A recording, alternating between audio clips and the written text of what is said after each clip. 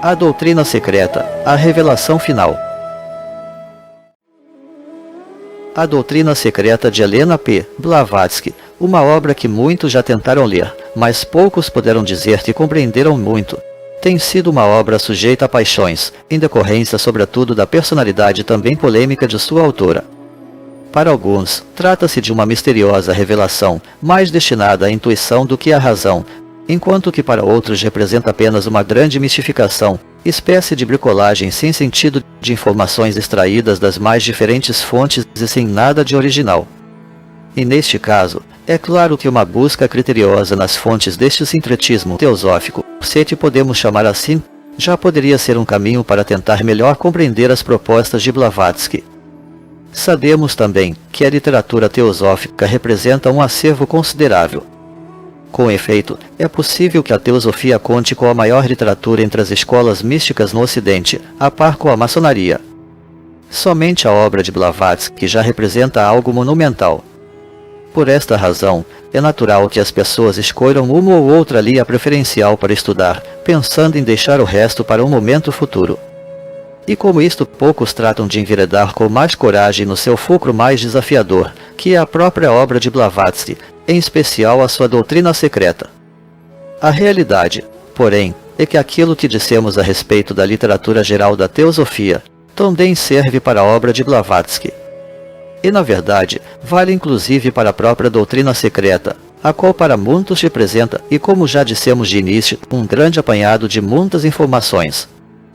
Algumas pessoas mais determinadas, e também mais preparados, decidiram então investigar os conteúdos da doutrina secreta, encontrando às vezes aparentes contradições ou distorções, e propondo então novas soluções, ou apenas extraindo dela informações importantes para dar início a novas teses ou propostas de trabalho. A partir disto, verdadeiras obras-primas têm aparecido, como o conceito Rosa Cruz do Cosmos de Martins Endel, ou o Tratado sobre Fogo Cósmico de Alice Bailey. Entre outros autores de peso mundo afora, que se inspiraram na teosofia para criar as suas próprias escolas. Alguns destes autores têm realizado realmente um excelente trabalho de aprofundamento de conteúdos, inclusive servindo para a continuidade das informações da hierarquia.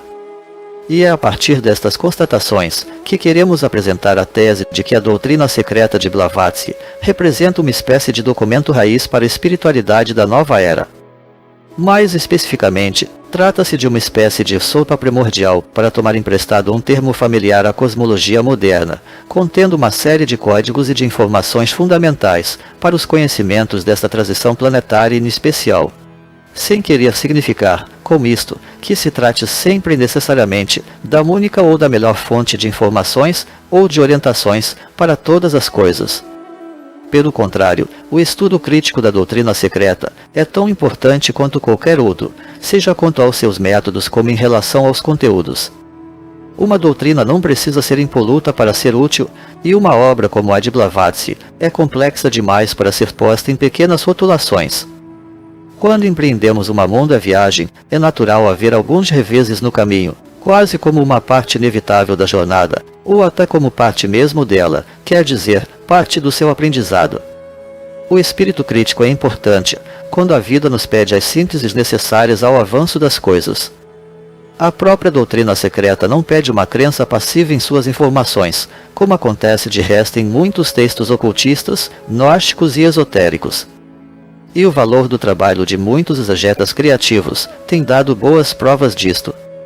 Isto posto, toca empreender o seu estudo sem ignorar as advertências contidas a miúde nos textos, anunciando a existência de véus até de vários graus, ao invés de tentar tomar as coisas muito ao pé da letra. O estudo erudito do texto tem o seu valor, mas o conteúdo não deve ser tratado como um dogma. Neste aspecto, recomenda-se em seguida que o estudante aventure-se também ao estudo direto das instâncias de Dzia. Blavatsky traz várias informações sobre as origens deste documento-fonte, mais exatamente dos seus originais simbólicos em língua senzar, e também sobre as interpretações que existem no Oriente. As instâncias de Dzyan têm sido identificadas como segmentos do Stantraskala Chakra, reunindo informações sobretudo do universo espiritual budista e hinduísta. Então, Um conhecimento sobre estas religiões e seu esoterismo é importante aqui, incluindo naturalmente estudo de cosmologia e de astrologia oriental, já que este Tantra versa solidamente sobre todos estes assuntos. E quando falamos de uma sopa cósmica, queremos dizer que as coisas realmente podem estar bem misturadas ali: evoluções, escalas de tempo, disciplinas, linguagens e, claro, as diferentes tradições. Várias questões podem contribuir para a constituição deste quadro, mas que não vêm ao caso aqui. Na moderna cosmologia, a sopa cósmica refere-se ao estado inicial do universo após o Big Bang, uma mistura extremamente quente e densa de partículas, que dura na verdade apenas por um período muito curto, antes de esfriar-se e começar a dar origem a partículas subatômicas e depois a átomos e finalmente a matéria e a própria luz. Então, e avançando em nossas analogias, os estudos da doutrina secreta também podem ter atravessado as suas fases, incluindo aqueles dos próprios meios teosofistas, malbo de autores próximos. Com isto, apenas pequenos elementos isolados foram sendo inicialmente trabalhados pelos analistas da doutrina secreta, até chegarmos aos tempos presentes, relacionados com o novo ciclo de ensinamentos emanados diretamente pela hierarquia, segundo foi anunciado por Bailey e por Blavatsky mesma, configurando então aquele estado final do universo constituído, quando todos os principais mistérios da doutrina secreta serão plenamente revelados, e novos poderão ser da mesma forma apresentados. A sopa cósmica está naturalmente relacionada à ideia do caos primordial, o qual demanda, entre outras coisas, a organização dos elementos. Nós consideramos que a perfeição do conhecimento está configurada como um rico conjunto de interfaces que, a um tempo, se comunicam, mas também preservam a sua autonomia ou soberania própria. Pois este seria, aproximadamente, o cenário de uma idade de ouro da civilização, com seu pleno holismo e ecumenismo. Contudo, na doutrina secreta tudo ainda está muito misturado. Tudo isto relaciona-se, pois, ao aprimoramento do segundo objetivo da sociedade teosófica, que é incentivar o estudo da religião comparada, da filosofia e da ciência. Contudo, nada disto significa uma fusão de conhecimentos. A sabedoria tradicional trabalha com a ideia de planos e de evolução, o que por si só já preserva a diversidade das coisas e dos estados de consciência. Os cientistas sempre afirmam que as relações dos místicos não devem ser identificadas às constatações da física ou da ciência e vice-versa. E eles estão corretíssimos nisto, muito embora os místicos insistam a miúde no contrário. Os diálogos interdisciplinares não devem buscar uma fusão simples de saberes, e sim a sua complementaridade. A evolução do conhecimento acontece através das sínteses, apresentando interfaces entre forma e conteúdo, quer dizer, entre ciência e religião, devidamente intermediada pela epistemologia, ou seja, pela filosofia. Nada se confunde, mas tudo se completa harmonicamente, e mesmo aqui a ciência oculta não é a mesma da ciência material. Por isto Hermes Trismegisto afirmou possuir as três partes da filosofia universal, como síntese da obra solar alquímica.